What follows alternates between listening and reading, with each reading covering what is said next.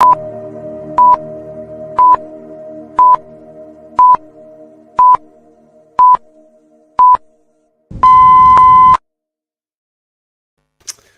actually got a striker.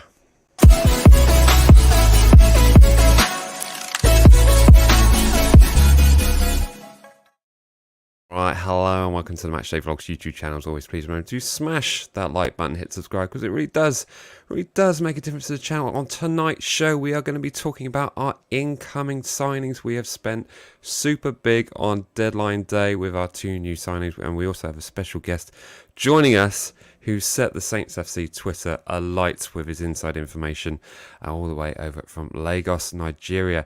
We're also going to be talking about last night's disappointing defeat up at St James's Park, and ahead on the weekend where we make our step over to Brentford, another trip to the Big Smoke to take on Brentford, who haven't lost in the league since goodness knows when, so we're feeling super confident about. As always, this show is proudly sponsored by the people over at Matchday Vlogs, so if you're looking for some slogan t-shirts, then there is where you need to be looking.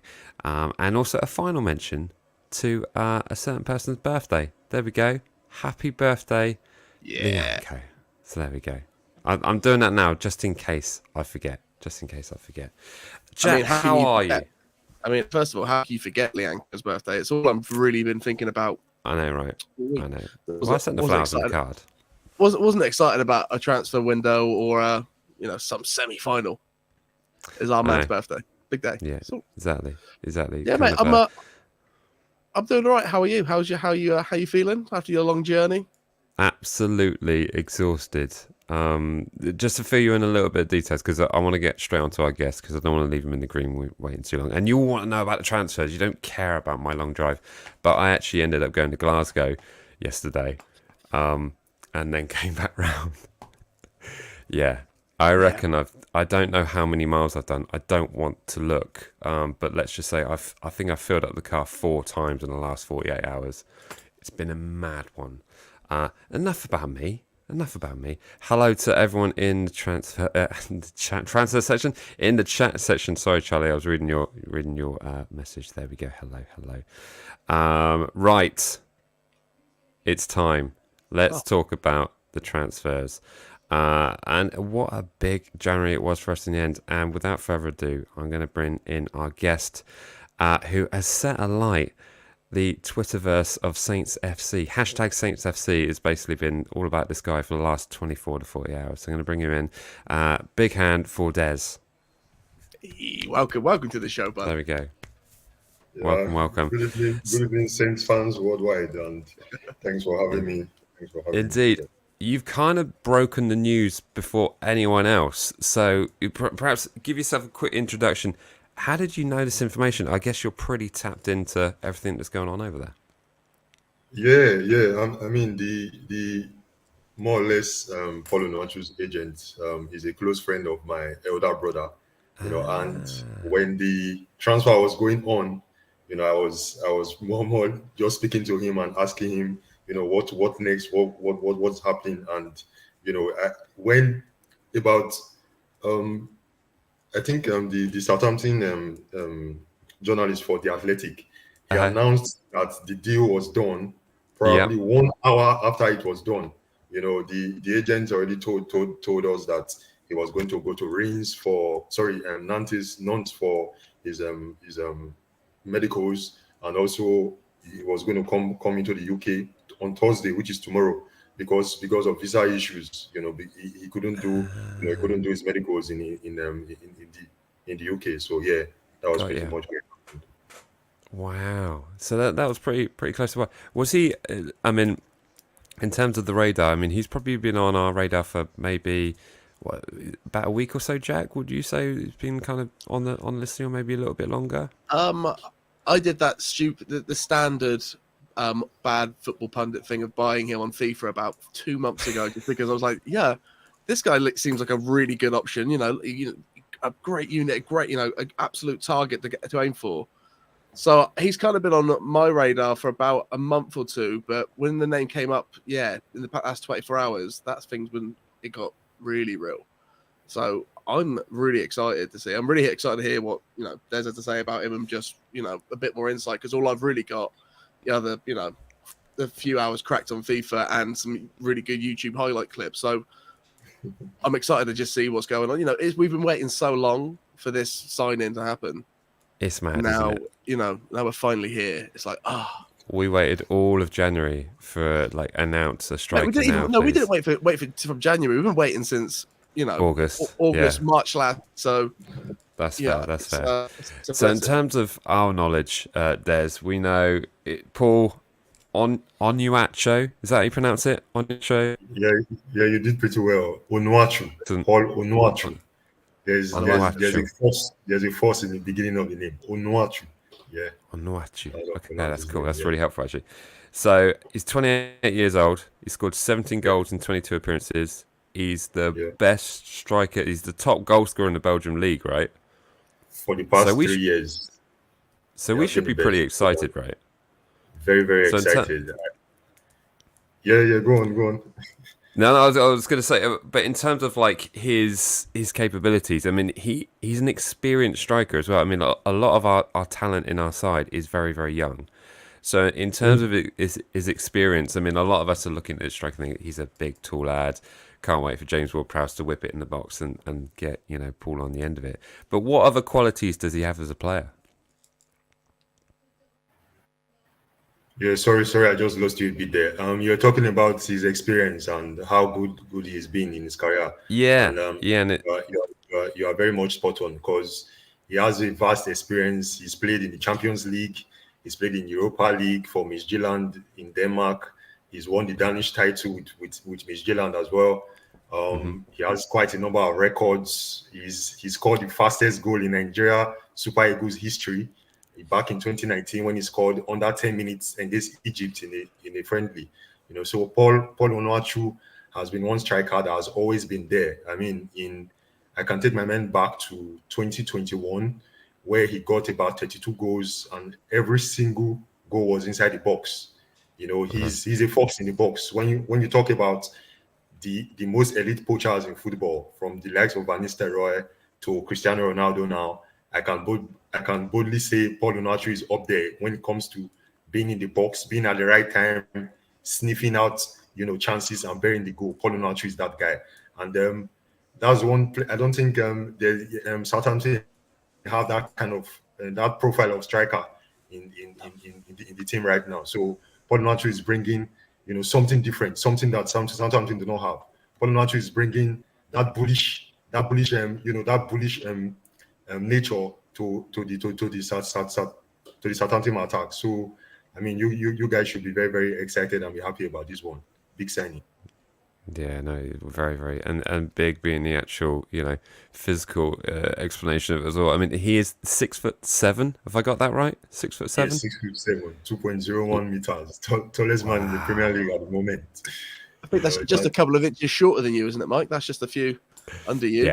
Yeah, one or two. But it probably makes him about 3 foot higher than the rest of our strike force, right? I mean, how tall's Adam Armstrong? Is that 5'6", 5'7"? I know he has to have a booster seat when he drives, so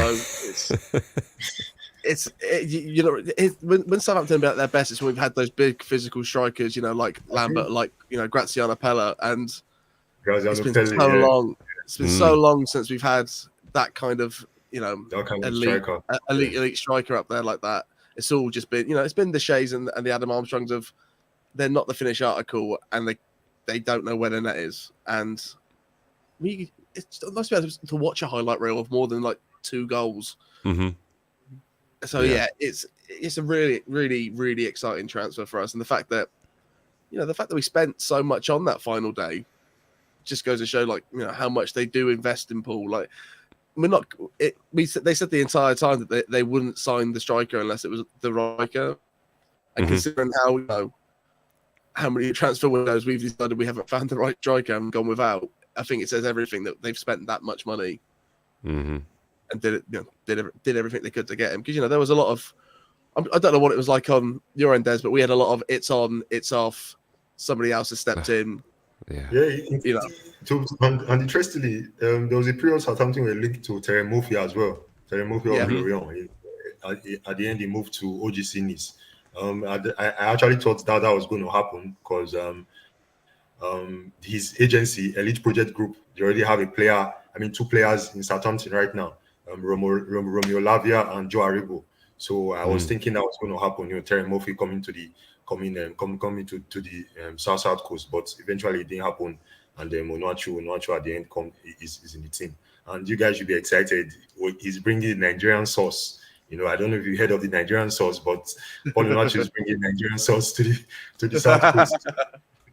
Yeah. Nice. We do need a bit of spice on the South Coast, that's for we sure. We are absolutely under-seasoned right now. There is there is nothing on us right now. So there ain't much flavour up top right now. No, it's. I mean, aside from the Shea Adams goal last night, which caught us all by surprise, really, where that came from in terms of the fact that Newcastle United have got 8 clean sheets on the bounce at St James's Park. That was a nice surprise indeed. I guess the other big question a lot of Saints fans are going to be having is in terms of like, coming from certain leagues to the Premier League is always going to be a jump in most circumstances, with all due respect to them. So in terms of where the Belgian league is, I mean, do you see him? I mean, I guess his physicality isn't going to be an issue just due to his pure size. But, in terms of the speed of both leagues, I mean, do you see that transition going well? I do not really think. Obviously, there's a huge, not really a huge gap. I think the Belgian league is like the 9th best league in Europe. Premier League is obviously number 1, but I don't really think the gulf in the class of the both leagues will really affect Onuachu because apart from his physicality, he has other attributes to his game as well. I can't count players that are as good as Onuachu in controlling the ball on his chest.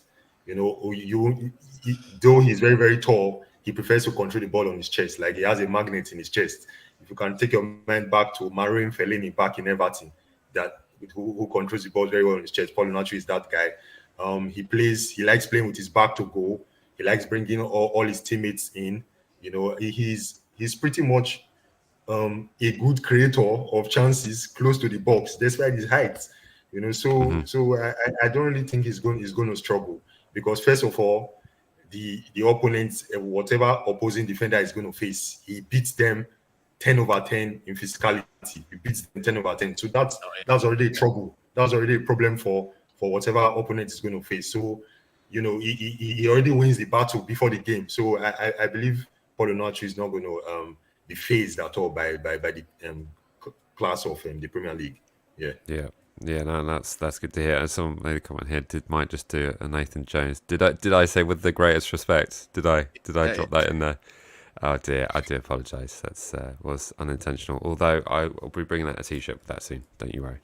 I mean, in terms of the physicality thing, it is something that we see on a regular basis. At St Mary's and on the road, and whenever we're coming up against centre backs with big, tall height and physical strength, it can be very difficult for the likes of Adam Armstrong and Shea Adams to get in and amongst it. And it's almost like, the games, we're up against it before the game's even started. So it is definitely an aspect that we've been missing. But we're certainly very, very, very excited to have experienced and a proven goal scorer.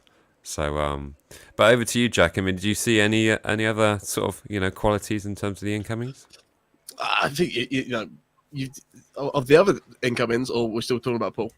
Still talking about Paul, in terms of and how he's going to link up, really. Yeah, I just exactly what you said. That where we've been missing, like even when we had like about a season ago, we were talking about our centre backs and how they weren't that physical. When we had sort of just Stevens and Bednarak, getting Salah Assar and Bella Kocher, you make it a more aggressive defense, and it's been harder to play against them. And then going forward, the entire time they're all small boys up top, and especially when you include the new boys like Alvarez, he's tiny. It keeps getting smaller. So to have that big physical presence up there to help them out, and just like you say, he's 6'7". It's not like he's going to come into the league and be like, oh, it's a bit. They're going to bully me. It's like, no, he's fine. He's going to come in and just scare. Scare the minds, and that's what If we had got one of like another smaller striker that's zippy and kind of what everybody expects a striker to be nowadays. Small, great with his feet. with the Premier League, that whether they are great or not, that does take time to settle in. But when your whole thing is your presence, it's a different mindset, and we need that's. It's almost for where we are right now in the league and what we have to do in the next few games. You need that. You need these signings to sort of come in and go for it straight away. And like everything Des has said, Paul kind of seems like he's that guy. He's the and just to add to what Jack is saying, when you look at where Southampton are right now, attacking wise, it's not been good. I was looking at the where Southampton rank in the Premier League amongst Premier League clubs attacking wise, and majority of the stats Southampton rank 17th, 18th, and it's not really good. So it's not like Paul Onuachu is coming to Southampton and he's coming to an attack that has been blowing everybody apart. He's coming with that mindset that he can come here and show what he can do and make the fans love him.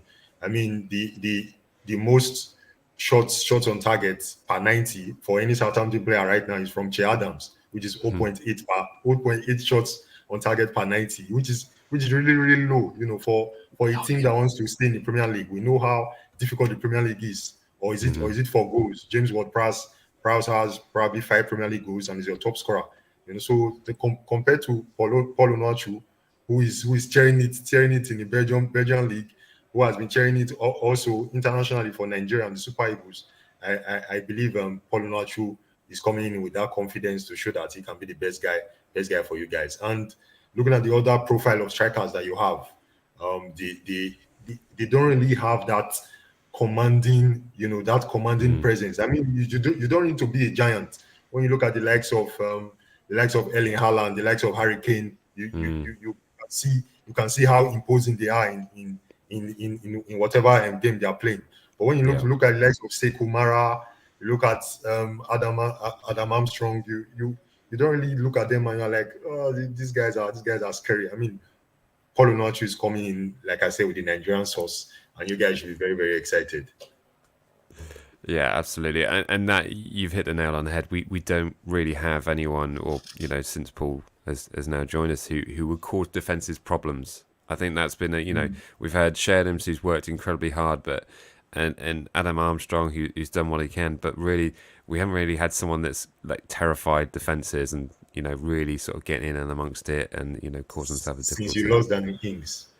Indeed, yeah. But Danny in himself, he was a very creative player. I don't think he wasn't really one of those ones that would sort of terrorise defences in and amongst it. He would certainly be able to turn and pace and go at them, but it was always kind of like a surprise kind of factor of him. Yeah. But we're certainly kind of, and once you mentioned Danny Ings, it was always something that whoever we got in, because we were linked with Danny again, but a lot of us were like, yeah, but he'll just get injured and he's gone off to West Ham and he's injured. Is injury ever been an issue for Onuachu? Not really. Okay. He has a pretty much good injury record. For a touring striker like he is, you would expect him to always have. Most tall strikers always have issues with their knees and all of that, but Paul Onuachu has not had that problem in his career at all. He's most times fit. I can take my mind back to 2020-2021 season. I think that was a COVID season. He played about 31 games for Genk, in the league, because in Belgium, when you play the regular season, you also have to play a championship playoff. That will not determine who eventually wins the league. And Paul Onuachu played probably 90% of the games. This season as well, he's played almost all the games for Genk as well. So injuries are not a problem at all. Yeah, that's good to hear. Especially for someone that far along his career, 28 years old, to be injury free to a certain extent. There's a comment here from Dwayne who's saying, guarantee within the week Onuachu will have his own song. Is there any chance that he's got at the moment that we should be aware of that we can perhaps continue on behalf of his former clubs? No. I think the only chance that I know of is in Dutch, and I can't speak Dutch, so okay. Southampton fans would, Saints fans would have to come up with one. But I saw one on Twitter yesterday, and I think at the end he was like the end was like his legs sticks out the bed, something like that. I think I saw that one. Yeah, I Yeah, did see that one. yeah, Um, yeah. It was so really funny. It was really I'm funny. sure there'll be plenty that will be coming along. Plenty. Very good, very good. So in terms of our other striker, or the other winger, I suppose, that we signed yesterday as well, Kamaldeen Suleimana. Suleimana, yeah. Could you tell us anything about that player at all? Yeah, Kamaldeen Suleimana, very pacey winger, very skillful. I think he's bringing also something different from what you guys have at the moment. When you look at your wingers or the players that can play on the wing for you for Southampton at the moment, I think it's just Musa Jenepo and Theo Walcott. You know, Yeah. I don't really think Armstrong is a winger. I think he's more of a midfielder. But Musa Jenepo and Theo Walcott. So Kamaldeen Suleimana is obviously filling a very important position for Southampton in this second half of the season. So you guys should expect something good from Kamaldeen Suleimana. Hopefully he's injury free as well. You know, I think he has a little bit of issues with niggling injuries back at Reims, but hopefully he doesn't bring that to Southampton. Yeah, it's quite normal with players with that amount of pace, so that they tend to have that kind of stuff. I mean, the first thing on my mind when I saw the highlight reel, I kind of got Sadio Mane vibes. Is that a fair comparison in terms of the sort of player that Suleimana is? Yeah. I mean, I can see why you compared him to Sadio Mane. I mean, he has we have that fond memories. You have fond memories of Sadio Mane. He has that knack, to always attack the ball very fast. You know, at a very fast pace. I can also compare him to the guy at Newcastle, Alan Saint-Maximin. You know, he plays a bit like Alan Saint-Maximin as well. He's a really pacey winger, and I think he's going to hold the right wing for Southampton. I don't see anybody benching him in that position, honestly. Right. Yeah, he's holding wing for Southampton. He's our record signing. I did read that. I mean, I've got notes of 25 million euros, but was that confirmed? Does anyone know what the final price was for both these two players? For Suleimana? For Suleimana, I'm not sure. But for Onuachu, I think it was 18 million euros. Okay. 18 million euros. Yeah, 18 million euros for Paul Onuachu. Wow. Considering the talent that we've got out of those two sales, that's almost about 60 mil altogether. Considering what other people have been spending, I think it's so much talent for 60 mil. Yeah, we've spent a lot this window, but for those two, I think it's a pretty price. Exactly. There's lots of love for you in the chat section, Des. Just want you to be aware of that. Look at that, everyone's loving it. Every transfer window, you're going to be like our go-to guy. It's going to have to be a thing. But it's so. How much does your mate get as a cut of that? Your agent mate, is it like what percentage of 18 million? I have no idea, man. You can tell me off air. It's fine. I don't care. I have no idea. It's fine. You don't have to answer that. That was naughty. Sorry. Apologies. So that's really helpful, Des. Really, really do appreciate that. I mean, it is something that a lot of us Saints fans were literally terrified. You know, through the entire window, thinking like we're actually not going to get a striker, and we were. I think yesterday morning, I was convinced that we were going to wake up today. Yeah, I knew Southampton were linked to Vitinha late day before yesterday. I think late on Monday. Yeah, you know, but eventually that did not really materialize. You know, but I think the Genk hierarchy, they were kind of playing hardball with letting Paul Onuachu go, because right now Club Brugge are struggling and Club Brugge want to win the league. Club Brugge are fighting for the league, and Genk want to win the league.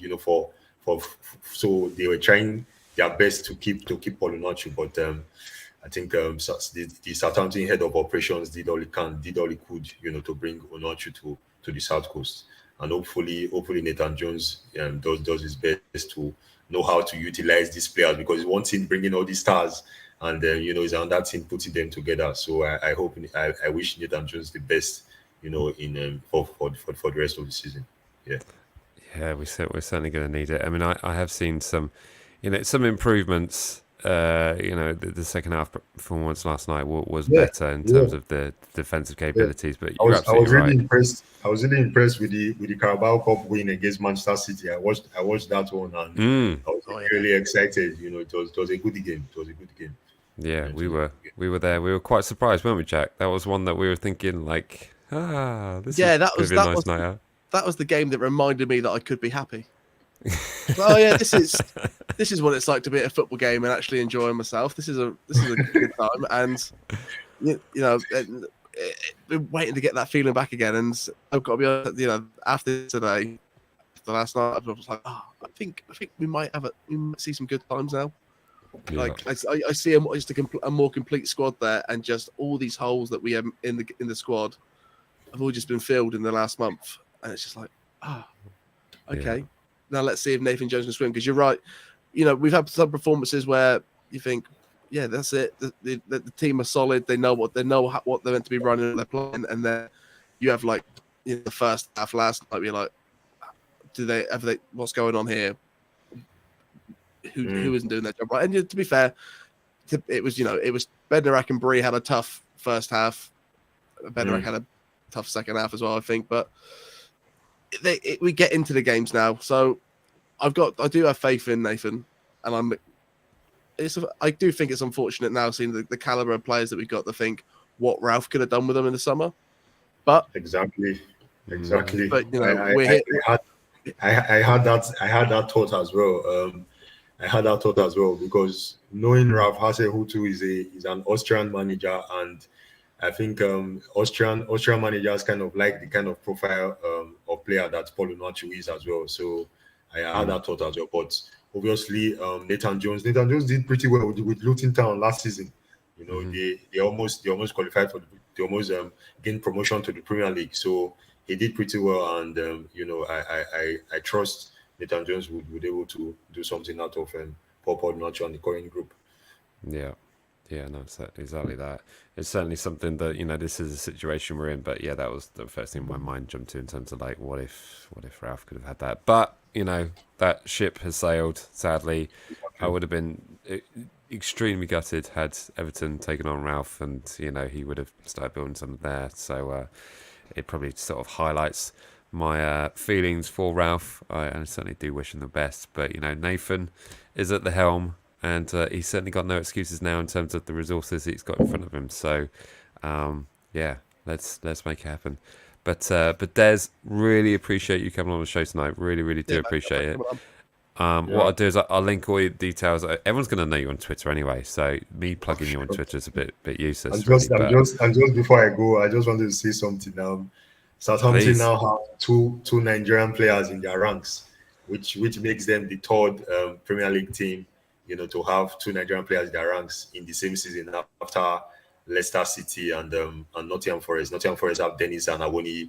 Leicester City have Wilfred Ndidi and Kelechi Iheanacho. So, I mean, the Nigerian source is spreading across the Premier League, and we as Nigerians, we are very, very excited, and I hope the Nigerian contingent at Southampton, they bring all the good luck and the best of times for you guys as Saints fans. Yeah. Thank you. Yeah, no, it's certainly something we're hoping is going to switch on. I mean, Joe Aribo is someone he's kind of. I mean, I've got Aribo's name on the back of my shirt because when he scored that wonder goal in the preseason, exciting player, very exciting player. But Joe Aribo is one player I hope Nathan Jones makes use of more going forward, because anytime I see his name not on the first sheet, oh my God, it breaks my heart. Honestly, I really hope he makes use of Joe Aribo more. And Joe Aribo is not a DM. A lot of Southampton fans make this mistake. He's not a defensive midfielder. He's not a winger. Not at all. He's not a striker. He loves playing in the middle. He's like the bridge between the attack and the defense. Just give Joe Aribo that freedom. And he will do magical things. I mean, look at the goal he scored in the Europa League final against Frankfurt. It was really, really good. So I mean, Joe, the way he started the season as well. The goal, I think he scored against, I think it was against Crystal Palace. I can't really remember. His first. It was against Crystal Palace, So he started the season on fire in the friendly as well against Villarreal. where he tore the Villarreal defense, to slot That in goal that was goal. great. So Joe Aribo is one player Nathan Jones needs to, needs to play more, especially now that Paul Onuachu has come to the Premier League, because in Southampton, there's no player that knows Paul Onuachu more than Joe Aribo, because they've been playing in the national team since 2019, which is about 4 years now. So they know each other basically. They are more or less friends, So imagine you having that synergy between two players from the same country in your team. So I really hope Nathan Jones plays more of Joe Aribo going forward for the rest of the season. Yeah, absolutely. I mean, James Ward-Prowse's name is in here as well. I mean, do you think the fact that James Ward-Prowse is in the side is perhaps getting in the way of Joe Aribo in terms of his positioning? Yeah, I think I'm so. scared to let you answer this, actually, because otherwise it might be the case of, oh no, competition for the same spot. I mean, we all know how good James Ward-Prowse is. He's probably the best free kick taker in the Premier League in the Premier League history. So he's Preach. that good. Absolutely. I mean, the more the merrier. Nathan Jones can play Aribo and James Ward-Prowse together. I mean, at Rangers, Joe Aribo was playing with a lot of attacking talent, and they found a way to have that cohesiveness. So I feel what Southampton need is a player behind two of them that has that steel to man the midfield. I hope they find that in either Diallo or Romelu or I think the German or French guy Lavia. Sorry, Lavia is his name. Yeah. So I hope they find that still in those two guys. But Joe Aribo and James Ward-Prowse, for me, I feel they should be playing more together, honestly, and I think Southampton will get the best going forward out of both of them. Yeah, fantastic. No, that's absolutely brilliant. Des, really appreciate you coming on the show, man. It's absolutely fantastic. Everyone go and give Des a follow on Twitter. You probably follow him already, so I'm not sure why I'm plugging it. But is there any other social channels that we should be aware of in terms of you? Yeah. Just Twitter and Instagram. Des Footy. That's just it. Yeah. Excellent. I appreciate whatever follow I get. Absolutely. And find us even more talent for the summer coming up, and that'd be absolutely fantastic. And you can keep us in the loop. But Des is hopefully more Nigerian talent. More Nigerian talent coming over to the South Coast. Bring the sauce to the South Coast, absolutely. Exactly. But Des's details are linked in our Instagram as well. Onuachu is coming to Staplewood tomorrow, and I think he's going to have his media rounds. His media rounds and and all the photographs and presentation. Yeah, it will most likely be happening tomorrow. Yeah. Chad, did you get the call? Because you know what? No. Do you know what? No? Martin Sedmans has been calling me all the week about other things, but he's always calling me. It's always calling me. Yeah. Rasmus is always blunt.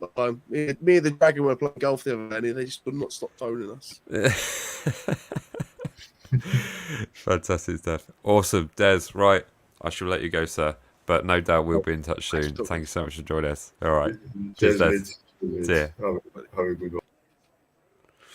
Fantastic. Wow. How about that? That's brilliant. Oh, fantastic. Somebody who knows what they're talking about. It's like this makes it so much better than us.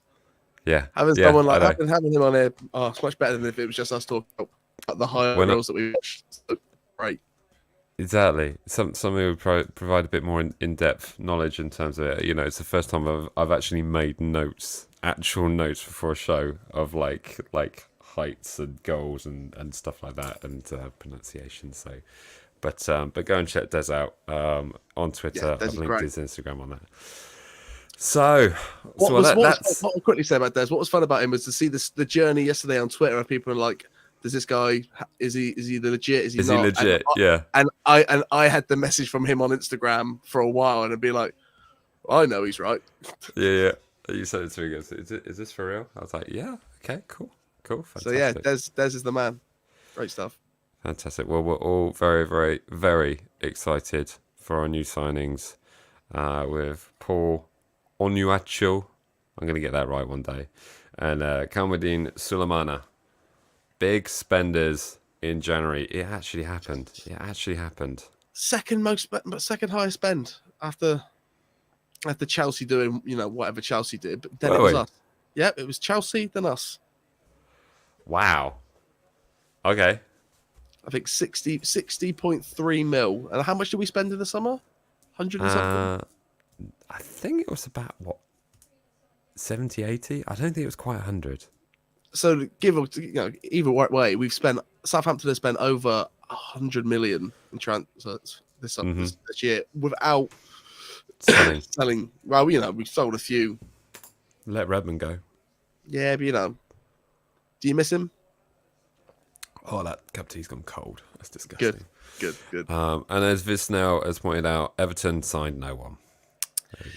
Which is just crazy. The fact that they signed nobody. I mean, they did get Sean Dyche, which maybe the money for Gordon hasn't come quite coming quite quick. I think they're playing Clara for Anthony Gordon, so it's our time. Can we acknowledge that Everton tried to hijack? Did they? And we won. They them did both. Indeed. Fantastic. Just to point out, Redford, Des got in contact with us, so I'm super happy he did. So in terms of a scoop, it was great, but we made very little effort on that part. So big thanks to Des for joining us.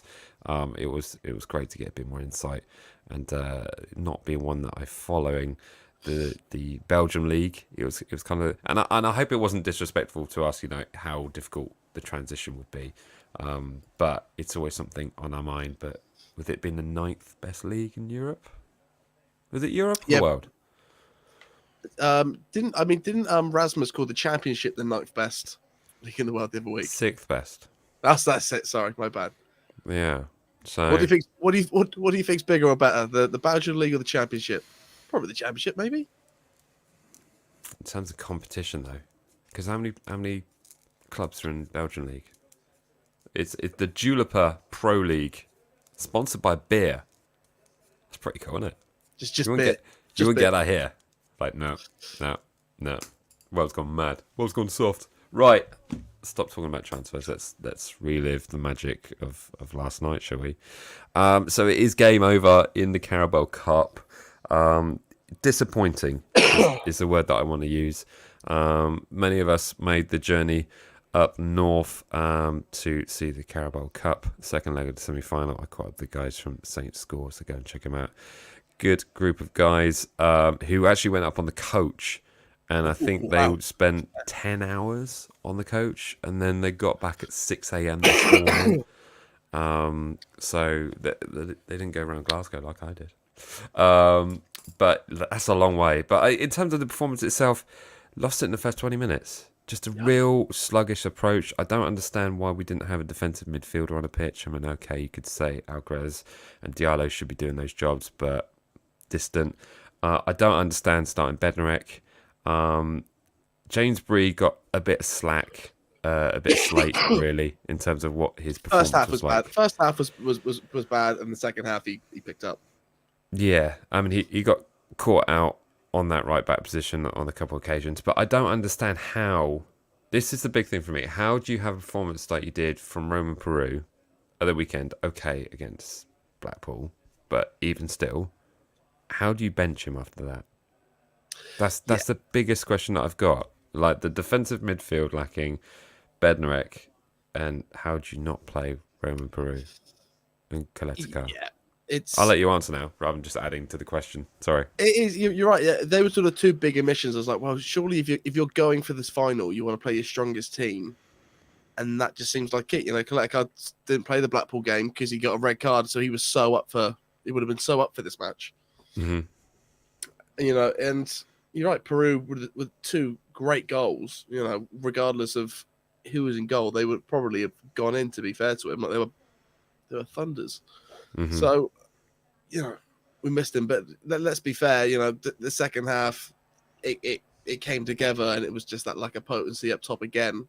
So much possession in that second half. We were, dominated. They didn't trouble us at all second half. And if we could have just created something, anything out of what was there. No.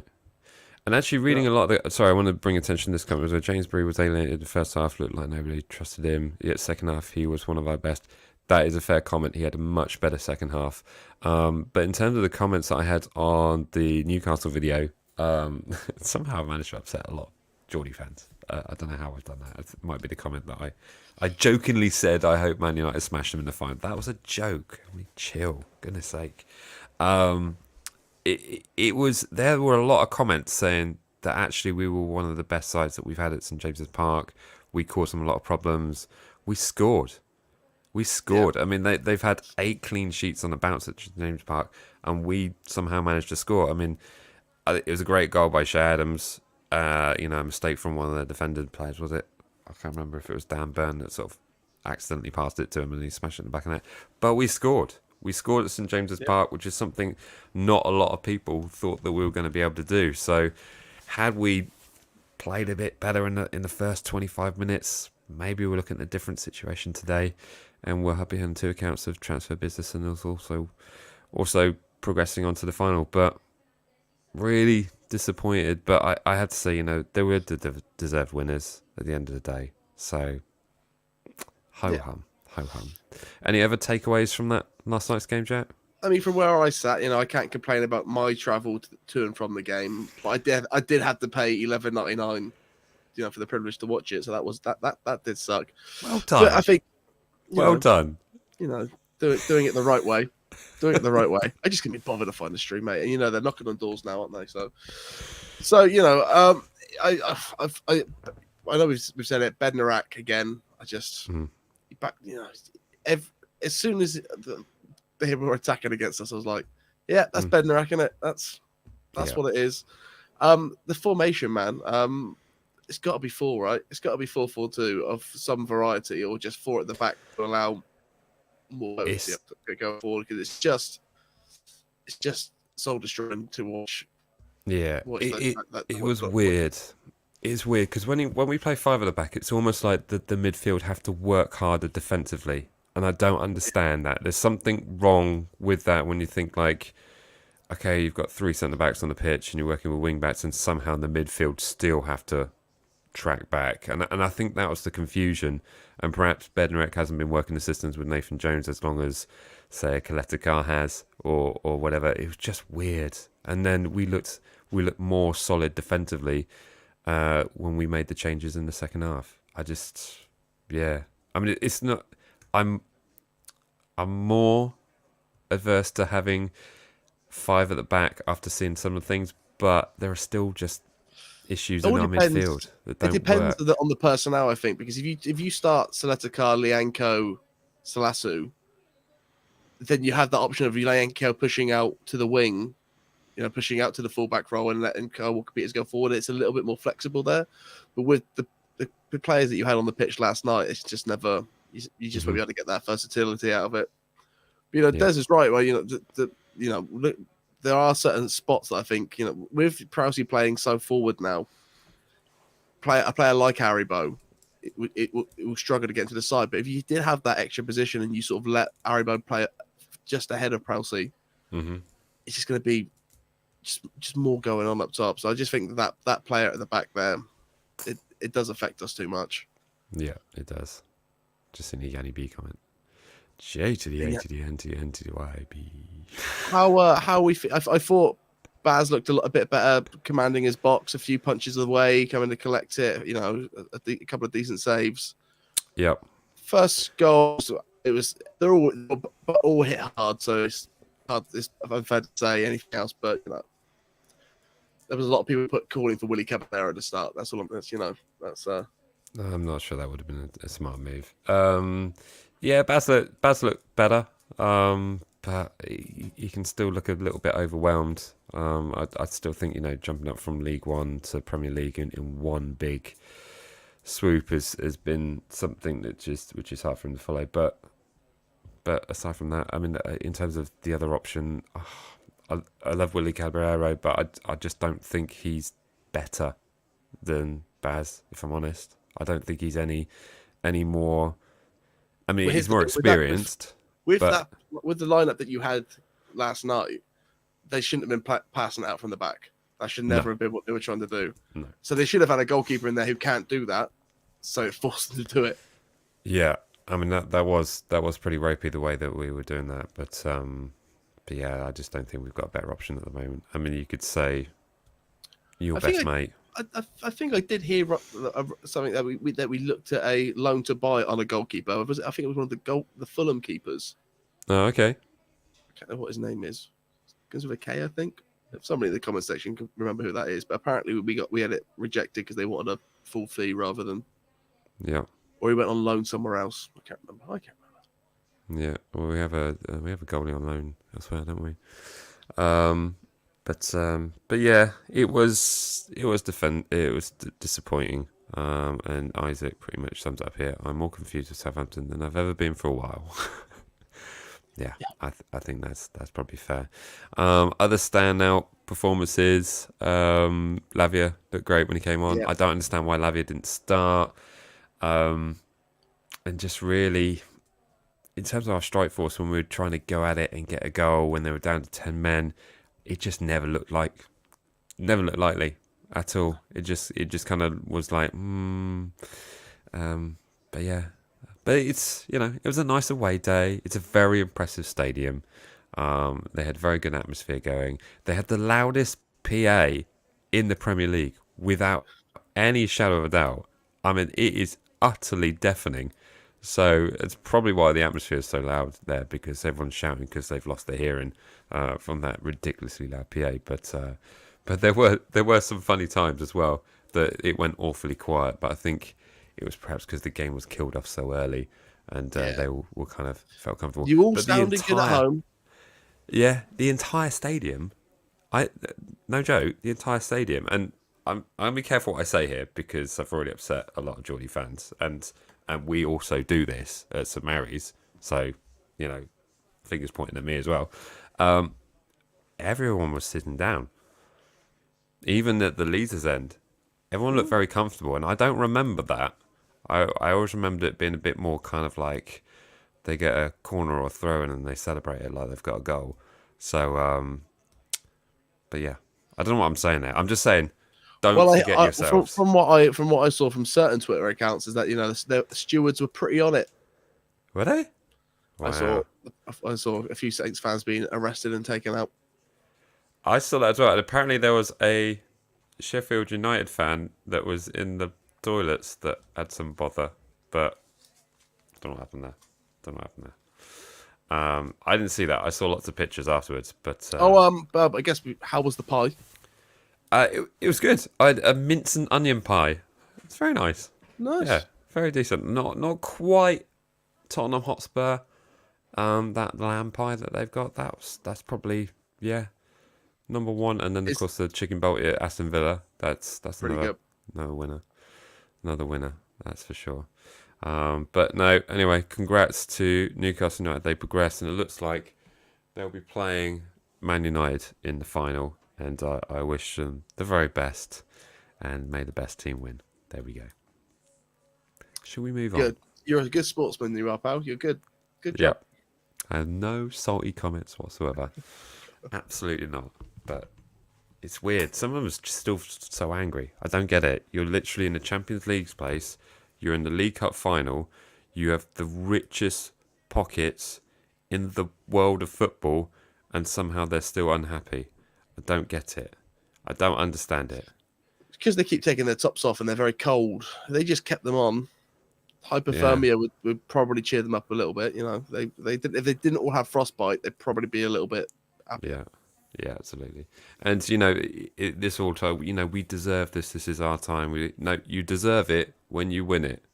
You earn it. You've earned your spot in the final, so you'll deserve it when you've got your hands on it. There we go. Hey, listen, what I said before the game is, if there's a team that I don't mind going out to, and I don't actually mind at all right now, it's Newcastle. Mm-hmm. Big up, Paddy. Some great football. Paddy will probably be watching this. Big up, Paddy. Enjoy your day out at Wembley. I am. Here's the thing: they had it so bad for so long, and I only start getting annoyed at Newcastle when they've had 4 or 5 Premier Leagues. Do you know what I mean? When it's Man City annoying. Right now, it's it's Man City when they first won the league. It was exciting. So fair play, Geordies. Go up. I thought the away support was so good that I can deal with it was lively. Deal with a bit of grumpiness from them. So yeah. Giro's just say, I have to disagree with that. I think that there are always going to be a certain element of football fans that are going to bring a certain sort of thing, but the vast majority, yeah, it was good banter. There was a great moment between when I walked to the game on the home leg, I walked there with a group of Geordies, and they were all sound as a pound. Yeah, there was a couple of moments though when we had like a chance going, "Is this a library?" And that really wound them up. And then we had like the whole Leeds stand like turn around and go, "Rah!" And stand up just to make a point of it. And then one of them and one of our fans, there was a beautiful moment, and I just love this about fan banter. And they went from like being so stupidly aggressive, like over the top aggressive, to just like flirting. It was the funniest thing. It just went like, it was just, loved it. It was brilliant. That's exactly how it should be. None of this, you're going down, you're all that sort of nasty stuff, all that hurtful stuff. It was great. It was great spirited. But anyway, there we go. That's enough on that one. Right, should we do the preview of the game that we're meant to be previewing 50 minutes into the preview? Yeah, is that sure. is that a thing? Should I start using banners and stuff to keep us on track? There we go. Boom. Professional. Boom. Normal As show. simple as that. As simple as that. Now we are going to be playing Brentford up at the the G-Tech Arena, Community Stadium, something like that. Very new, fancy stadium with TVs and stuff on screens. I'm looking forward to it. It's going to be a fun away day. I'm taking Vlogdad. Me and Vlogdad are going. That'd be a fun day. Yeah, Still exactly. got it's one of the ones that I can't get to because it is a ground that I do go to. And I do agree that Brentford has probably been one of the best additions to the Premier League in a while. Yeah, they haven't lost in a long, long time. I'm hoping for a better view than this one. Although it wasn't as bad as I thought it was going to be. It's actually, that was near the front of the away section. Don't know how they get away with that. I'd stop talking about Newcastle and move on to Brentford. They haven't lost at home, I think, since Arsenal beat them, which was back in October? A long time ago. A long, long time ago. So we are... It's going to be a tough one. I mean, how are you seeing this one, Jay? Is this... I mean, I kind of feel that the performances that Brentford have had, I've watched the last two games where they were playing Leeds, and I thought Leeds were unlucky. I mean, that one was at Ellen Road, to be fair. Leeds were unlucky not to get something more than just a point from their game. They were not all over them, but they had opportunities. And then they also played Bournemouth at home. And I think had Bournemouth had a bit more luck, they might have been able to get something from it. So I'm not saying I'm confident. I just think we can get something from this one. And it's one of the ones that we need to be looking at and cheekily thinking we could get a win if we really went at it. We have to be going into all these games thinking we can get a win from this.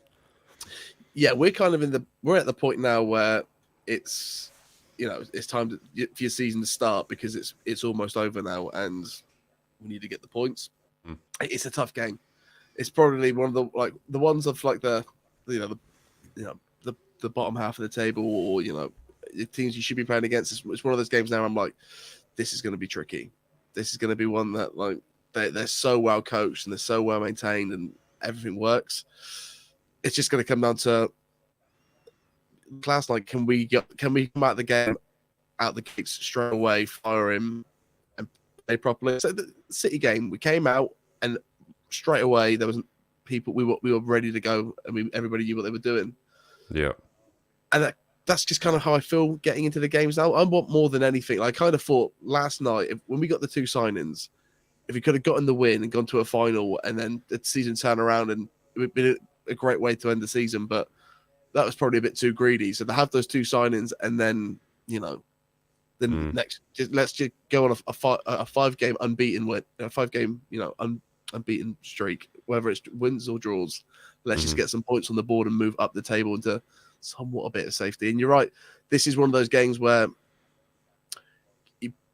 you want the points out of this. These would be good points to get. Yeah. Those games were like, that's a good 3 points to get. This is one of them. They're all good 3 points, but this one is one of the ones where you really need to it'd be a good test of where we are right now. Yeah, and also I think they're quite comfortable. I think they're kind of in a position where there's too many spots for Europe that are just being Yeah. dominated by. I mean, you look at the likes of Liverpool and Chelsea; they have got to have some kind of a bounce. So in terms of who's above, you've got Fulham in there, you've got Brighton in and amongst it. I mean, those kind of Brighton, Fulham, and Brentford, they're kind of sort of in there fighting for those European positions, but I just think it's going to get very, very crowded. So could this be a situation where perhaps they take the foot off the gas and things like that? We shall have to see. Just a mention on this comment, I thought you were talking about the FA Cup. So only 2 games away from Wembley. Yeah, we have a lead FA Cup tie against Grimsby or Luton. So it could be the Nathan Jones derby. That would be something, wouldn't it? Yeah, James Bree and Nathan Jones back at it again. Yeah, back at it again. So I'm going to jump straight into the predicted 11 in terms of who we're going to pick. So let us know in the chat section who you would go for in terms of the lineups that you would like to see against Brentford at the weekend. And I will jump straight to those right after me and Jack have punched in ours. Right, here we go. You ready, Jack? What are we thinking? So I'm going to say Baz is still going to be in the goal. Yeah, Baz in goal. Now, this is where it gets complicated. Are we going to do a 4 or 5? Here's the thing. I think ideally, like I would choose a 4. Mm-hmm. It would be a 4. But there is also I do kind of think that if you do start with the 5, but it's the 5 of Peru, Salasu, Seletakar, Lianco, and Carl Walker-Peters, so we can easily transition into that 4. Mm-hmm. And they can swap sides, maybe that, but for the sake of this is what we want, let's just stick it at 4 at the back and be happy with it. Here's the thing: do you reckon the 2 new boys will play this weekend? Because when it comes to what sort of performance is it going to be? It's like, well, it's still probably going to be as good as it has been the last few weeks. Yeah. However good bad that is. So yeah. Well, the only reason I say no is the fact that they're coming in for the photographs to be taken on Thursday, tomorrow. So the idea that they'll suddenly be knowing the systems, getting time for training, and appearing on a pitch, you never know with a striker. That could be something that'd just be like, well, you know what you're doing, and this is where Paul's going to be stood. Get it to him. You could see that situation, but I don't know. I just think it might be.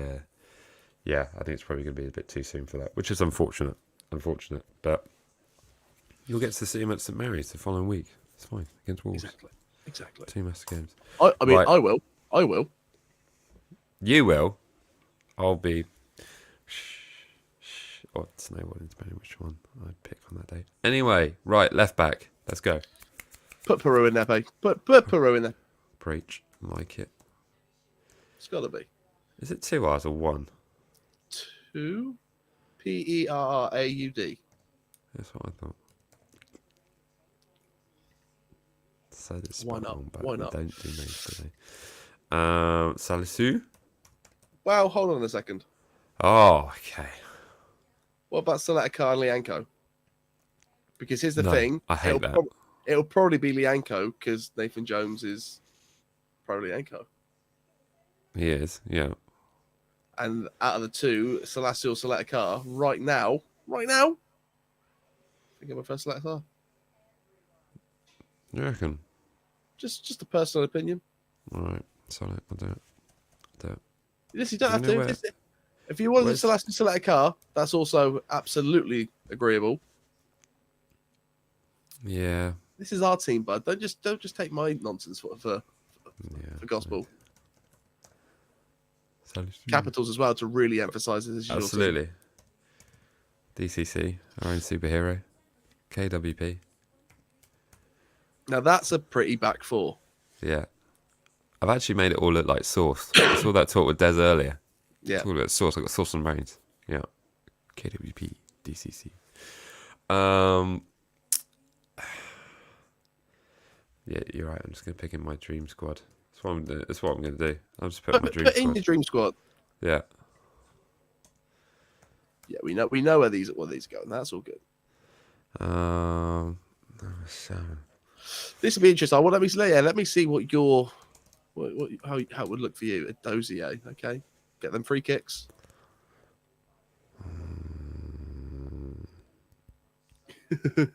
So, and it's gotten harder. What Orisic? I know, right? Orisic? No.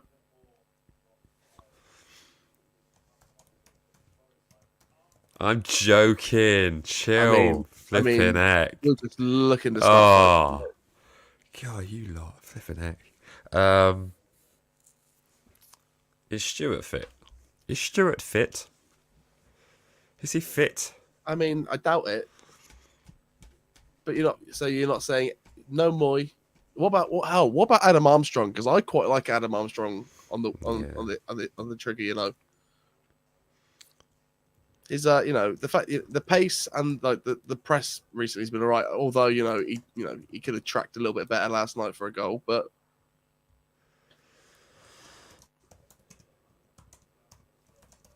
I mean, so far it's not a bad team, is it?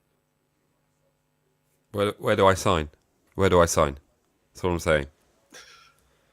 And that number 7, who is that? Who's that number 7 then? Oh yeah, sorry. It's easy. Now cars. Hey, it's been a long day. Doing like thousands of miles. It's not even a joke. There we go. Oh, comments. See if everyone thinks I'm mad. There we go. James Junior is right. There we go. Dozie's way too good for us. I'll tell you what, he was lucky to come out of that challenge from Bruno. Yeah, like it was awful, wasn't it? Right over the top. Oh my word. Oh. Right. So, would you make any changes to that, Jack, or is that making your dreams come true? What would I do? I'd have pretty much the same thing, but I would swap. But I would put Orisic on for a Dozy. Okay. And I'd do something a bit controversial, you know. I would put Ward-Prowse where Alcaraz is, and I'd put Joe Aribo in that. It's too soon. No, it's not. It's not. Listen, so mate, I love Prowsey playing forward. I do, but there's a part of me that just when I watch it, like I think you're just a few yards of pace off where you kind of need to be there. And if you could have it, if Prowsey was slightly deeper, playing it to Aribo and then turning to go, I don't know. I see what you're saying. I mean, Prowsey is more. He's a team player, so if he's there, he's more involved this end than he is at this end. Yeah, you're not wrong, especially with Lavia. And he's our top goal scorer, so I don't want to put him back. That's the only reason. Maybe I think I like your thinking. Like a couple weeks time, I can see Onuachu being here and Aribo being here with Ward-Prowse here. Yeah. So that's kind of what I'm thinking. God, imagine that team. Onuachu, Aribo, here's the thing. Suleimana. The next preview, mate, our team sheet's going to look naughty. It's going to be a saucy one. What about Mara instead of Shea Adams as well? Because obviously a lot of people will be calling for that. He's finally got a goal though, so I'm kind of thinking. Yeah, you're not wrong. You know, don't do what Nathan Jones did with Peru and bench him after his brace. It was decent. There we go. I think lock that in, mate. I think that's the team. I think that's a good team. That is the team. Not much confidence here from Isaac. There we go.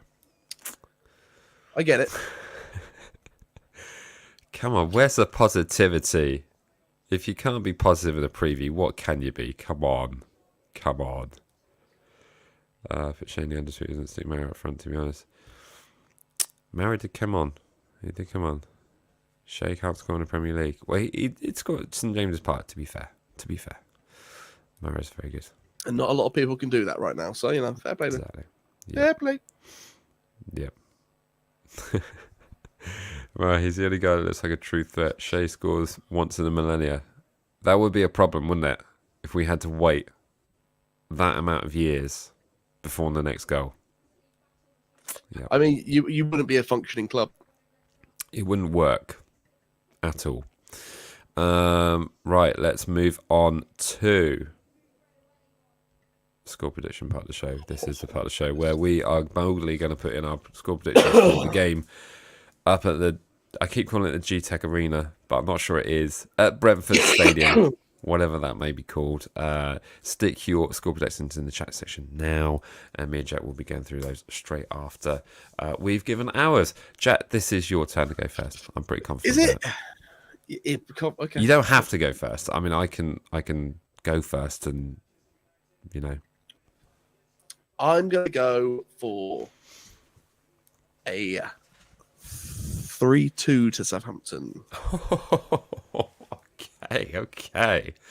Oh my goodness. All right. How about that for a slice of cake? Any particular reasonings around that?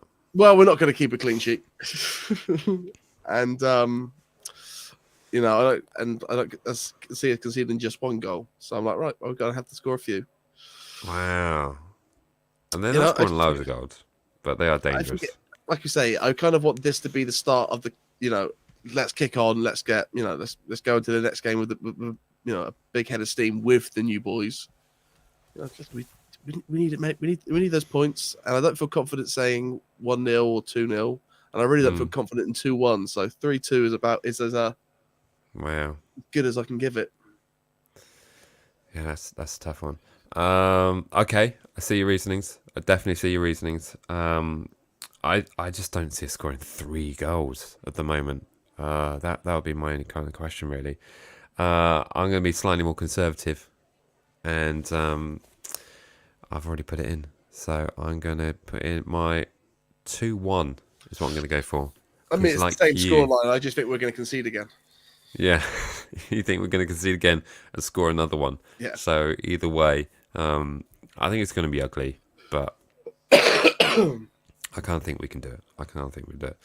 Right, let's go through the chat section, see what everyone else is thinking. Who are your goal scorers, by the way? My goal scorers, I reckon Shea's going to get a goal again. Yep. And I'm going to say Prowsey again. Shea and Prowsey. Easy, so it's pretty, you know, I'm not really like hitting it out of the park in terms of that prediction. There's nothing wacky there. Peru brace and James Ward-Prowse one for me. Peru brace again, another brace. I say if there's a Peru brace and James Ward-Prowse free kick, that'd probably be one of the best away days. I mean, 3-2 away would be fantastic. I sure I've got these score lines the wrong way round. Do apologise. This is why people tune out. This has got to change. What's going on here? Sorry, I was in home mode, because it matters, and everyone will get upset, and it will confuse everyone. So I'm doing it the right way. You got the kits the right colour though, so you know. Yeah. So we got something. Right, here we go. I'm going to start off with who was first. Oh, I'm so tired. I haven't had much sleep. He's feeling it. He's feeling it.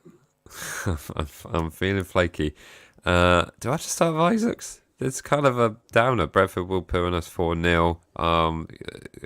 If I was editing this, I'd cut in the clip of Ralph saying, like last season at Brentford, where we were really not very good. Anyway, moving on. Josh is going for 1-1. Sorry. He's apologising for the draw there. I didn't do the Adam Blackmore thing. That's the first time I haven't done an ad. I've done it now. Tony for them. Onuachu off the bench for us. Josh thinks Onuachu is going to be there as well. Fantastic. Morgan is going for a 4-3 to the Saints. Member of the channel. Thanks so much for your support. Techie Sports Superstars going for a Brentford 3-1. Lordo Benny's also going for a 3-1 Brentford. Samuel's going for a 2-0. I'd be amazed with that. I'd love that. A 2-0 win would be such a statement. The fact of a clean sheet away from home as well. We would love that. We'd love that. Segatelli is going for it. I'm going to be honest. I hate the falseness. I said lose 2-0 on the Saints podcast. Sad times. Sad times. Red and white 4-0 Saints, because I'll be watching from overseas this weekend, getting drunk, expecting to celebrate. And why not? You nearly got me with this name. So this person's going for a 1-0 Saints win with a James Ward-Prowse free kick. I'm very tired, so it's not going to be difficult for him to catch me out. Try again. It might happen the next time. Don't, because, yeah. Visnow's going for 3-2 Saints. He's with you, Jack.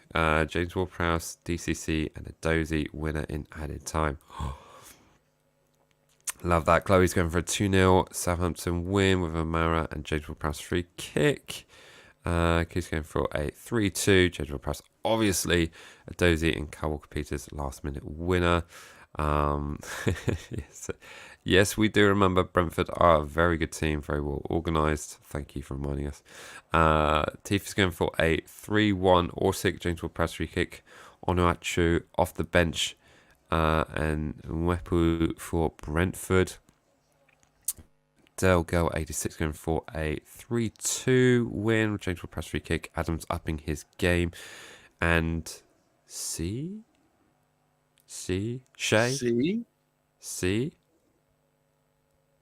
Might be added another one. C's going to get a goal. The Ock is going for a 4-1 Brentford. Have a feeling we're going to be outplayed. Don't say that. I'm going. I want to be a nice day. John Holtman's going for a 3-2 Brentford. Prowse and excuse me, Adam. Ivan Tony brace yourself. Adam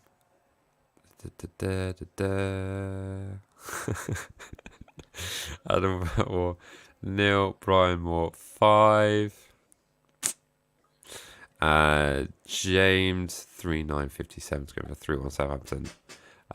Paul Brace and James Ward-Prowse free kick. Ooh, nice.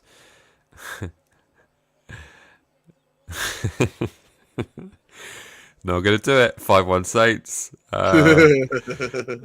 Should Tony be suspended? I don't know. Is this for the betting? Probably. Allegations? Probably. Either way, it'd be interesting to know what Ivan Tony thinks the score's going to be, because then we can all put that bet on as well. Right, there we go. Controversial. Right, there we go. This show has gone on for quite a long time, mainly because we had the transfer news. So thank you so much to everyone for joining us for that. It's been a lot of fun. But in terms of other things you can expect to see at the weekend, Jack, do you see any big changes in terms of anything else we were expected to see? I don't think so. The team that we've put out and the team that we, the 5 at the back, it's going to be one of those two. I can't imagine too much change unless any of the boys are fit to go. Yeah. But I think even when you listen to the crowd last night and the last few games, there is an atmosphere about that something can happen and something can change. Yeah. Just need it to happen, mate. I'm excited. I'm so excited to go to the next few games. Yeah. So it's really kicked up the end of the season. I feel so hopeful. Yeah. I mean, we've got still tight down there, and Everton haven't done much. I don't, Dyche do so much. Yeah. I mean, Everton, Wolves, Bournemouth are the 3 clubs I'm looking at in terms of I've seen them look terrible. Do you know what I mean? Nottingham Forest? Yeah. But, in terms of close by, in the vicinity, touching distance, like not far away. In terms of West Ham, Nottingham Forest, I see them being in and amongst it. But in terms of 3 teams that I look at, no disrespect to any fan bases out there, but I've just seen look as bad as us at times. Do you know what I mean? Where you watch performance and thought that was shocking. And I think Wolves are still in that. So we'll have to just wait and see on that. But that's what we've got to do. We've just got to find 3 teams that are worse than us. And with our additions, these aren't additions that we've made thinking we're going to be a championship club next season, are they? they're additions that like we've got to push on. We've got to do it. So and they're long deals as well. So yeah. Exactly. That's that. I did think that. Let's not discuss relegation clauses. Let's forget about that and just enjoy the season, shall we? Skip on to that. I just want to bring up this as well because Visnar's put it up. Have you talked about Jimmy J Morgan this stream and the video where he was in the Everton away end slagging off our fans? I saw this video and I saw it the first time around and I just thought it was a random fan. Yeah. Now, it's come to my attention that this actually was Jimmy J Morgan, which is weird. Yeah. Do you know what I mean? If you're playing for a side and then you go and sit in the away end and mug off our support, it's just a bit odd, really, isn't it? I don't think I would do that, even if I was an Everton fan, and it's just weird. I don't get that. No. It was him. It was him. I don't know. You know, I've seen the video. If it is, it's ridiculous. Yeah. But also, it's like he's going. What is it? Chelsea bought it for $6 million, didn't they? $6 million they spent on it. 3? Is it 3? 23. Yeah. Okay. Well, you know, I'm sure there'll be clauses within that. But you know, Tyler Dibblin did it in the summertime, and look how it worked out for him. I don't know what he's thinking. You know, what the model at Chelsea is changing or what it's going to be with Joe Shields being there. You know, it might be all very different, but Chelsea right now have such a ridiculously big squad. Isn't like if fair play doesn't come in for them, there's no point in it. It's not a thing. Well, they spread it out, and this is the last transfer window. You can have deals which are more than 5 years. So what that effectively means is that when FIFA Fair Play come into it, if you've got a player that you signed for 100 million, and it's on an 8-year deal, it works out to be a 13 million pound signing for each year. Does that make sense? Yeah. So that's basically how they've done it, and then that loophole closes in the summer. I.e., this is the last transfer window you can do it, so that the maximum length of time deals you can do are 5-year deals. So that's the reason why they've done. I think they've done 2 or 3 of these deals with this 8 or 9 year deal thing. It's a bit sneaky. It could bite them in the bum. Because you imagine having a player on 200 grand a week for 8 years. That's risky. At a certain point, I just got to hope that Chelsea just. But like, I honestly thought that with Noah Abramovich, you're going to see less spending. Yeah. Turns out, that's not the case. They've very much taken the Abramovich approach. They just need to figure out the football. Yeah. I'll say one thing that I've been kind of baffled at, and sorry to drag the show on, chat. I know we're both absolutely exhausted. But you talk about FIFA Fair Play. When's that point deduction coming for Everton?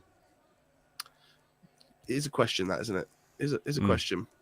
Do you know what I mean? If they overspent that much, and the thing is, Man City got away with it by doing some lucrative, shady sponsorship deals. So I guess they're going to be pointing their finger in that direction if anything like that comes up. But it does seem ridiculously unfair to that. Was that coming through? My phone is ringing like crap. Is that coming through? Sorry. Yeah. So rude, mate. It's like we're on air. Fast go. Right, there we go. Well, that's enough of us yapping. But in regards to some of these questions here, I'm going along to the stadium. I'm going along with my dad, so that'll be a fun one. So say hello to everyone whilst we are there. Yeah, there we go. But thank you to everyone who's joined us in this preview show. It's been quite a marathon of a show because we've had lots of stuff to fill in and chat about. And well done to everyone who went up to St James's Park yesterday. It was a good amount of supporters going for a Tuesday night away at St James's Park. So there we go. Be sure to check out Matchday Vlogs Extra for the extra content and extra clips that don't make it onto the main channel. There's some stuff in there. I think we're at like 120 something subscribers. So yeah, woohoo! So good. Being influencers. Indeed. But fantastic stuff. Thank you so much for joining us. As always, remember, like, comment, share, subscribe. Me and Jack will see you in the next one. All right, see ya.